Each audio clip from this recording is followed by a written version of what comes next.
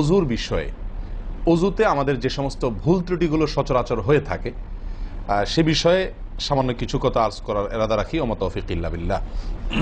সকলেই কমবেশ জানি যে অজু বা পবিত্রতা এটা হলো সলাতের চাবি।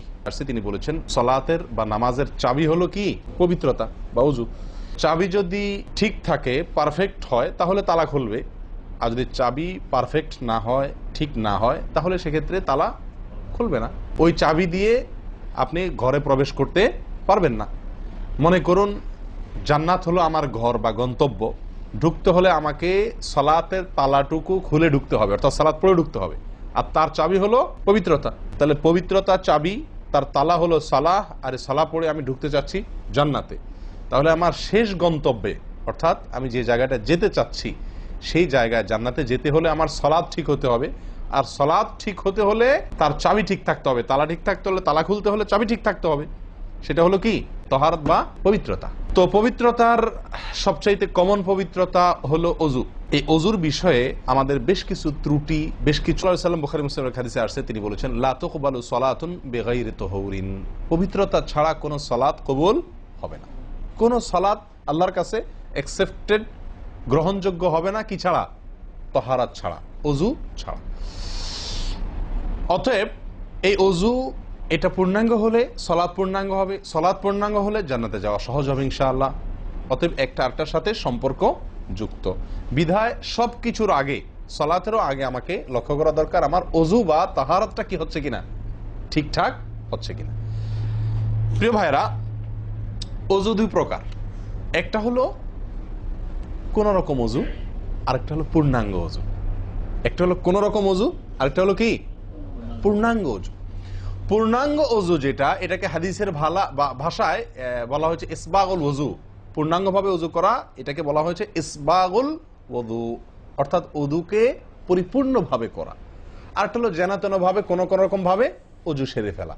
আমরা সাধারণত সারাদিন যে অজুটা করি, সারা জীবন যে অজুটা করে আসছি, সেটা হলো যেন তেন অজু বেশিরভাগ লোকের।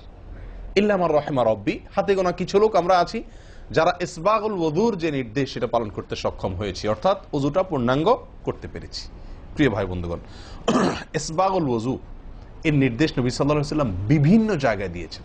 বিভিন্ন জায়গায় বহু হাদিসে আসছে, তোমরা অজুকে আসবিগুল ওযু, আসবিগুল ওযু, তোমরা অজুকে পরিপূর্ণ করো, অজুকে পূর্ণাঙ্গভাবে করো, সঠিকভাবে করো, যথাযথভাবে করো। তার মানে নবী সাল্লাল্লাহু আলাইহি ওয়াসাল্লাম জানতেন যে অজুতে যথার্থতার খেলাফ প্রচুর পরিমাণে হয়ে থাকে, আর সেজন্য তিনি সাবধান করেছেন আসবিগুল ওযু, অর্থাৎ অজুকে তোমরা পূর্ণাঙ্গভাবে করো, সুন্দরভাবে করো, যথার্থভাবে করো।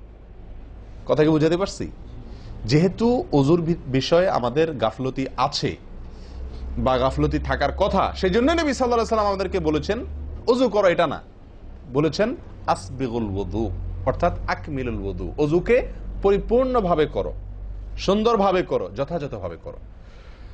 অজুর যে ফজিলত, অজুর যে ফজিলত মুসলিম বর্ণিত হাদিসে আসছে, নবী সাল্লাল্লাহু আলাইহি ওয়াসাল্লাম বলেছেন যে ব্যক্তি পরিপূর্ণভাবে অজু করবে, পরিপূর্ণভাবে অজু করবে, ভালোভাবে অজু করবে, এবং অজুর শেষে কালিমাতুশ শাহাদা যেটা আছে, আশহাদু আল্লা ইলাহা ইল্লাল্লাহু ওয়াহদাহু লা শারীকা লাহু ওয়া আশহাদু আন্না মুহাম্মাদান আবদুহু ওয়া রাসূলুহু, এই কালিমায়ে শাহাদা পাঠ করবে অজুর শেষে, এই ব্যক্তির জন্য আল্লাহ সুবহানাহু ওয়া তাআলা জান্নাতের সমস্ত দুয়ার খুলে দিবেন।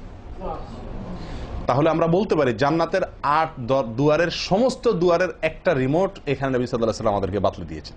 একটি রিমোট, এই এক রিমোট টিপের সঙ্গে সঙ্গে ৮ দরজা সব খুলে যাবে। সেটা হলো অজুকে কি করা?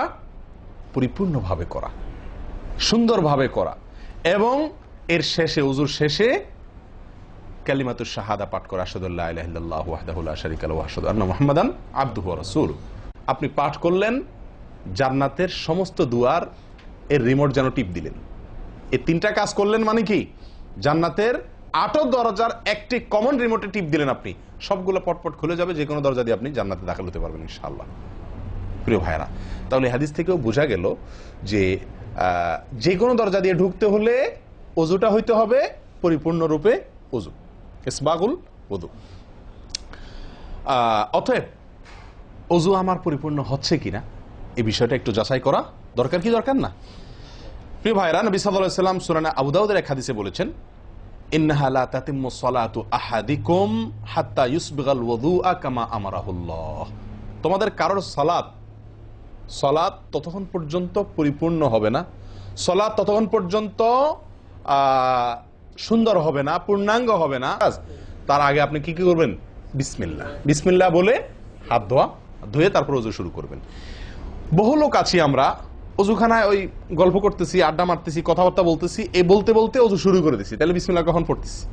বিসমিল্লাহটা অনেক সময় অমনোযোগিতার কারণে, অবহেলার কারণে, অন্যমনস্কতার কারণে বিসমিল্লাহটা অনেক সময় আমরা বলতে ভুলে যাই। অথচ এই বিসমিল্লাহ পাঠ করা ওযু শুরুতে অনেক বিশেষজ্ঞ আলেমের মতে ফরজ। অনেকে বলেন বিসমিল্লাহ পাঠ না করলে ওযুই হবে না, আপনি যদি ভুলে বাদ দেন ওযু হলো না। যদিও সংখ্যাগরিষ্ঠ ওলামাদের মতে এটা না, তাদের মতে বিসমিল্লাহ পাঠ করা এটা ওযুর সুন্নাহ। এটা হলো ওযুর কি? সুন্নাহ। এটা আপনি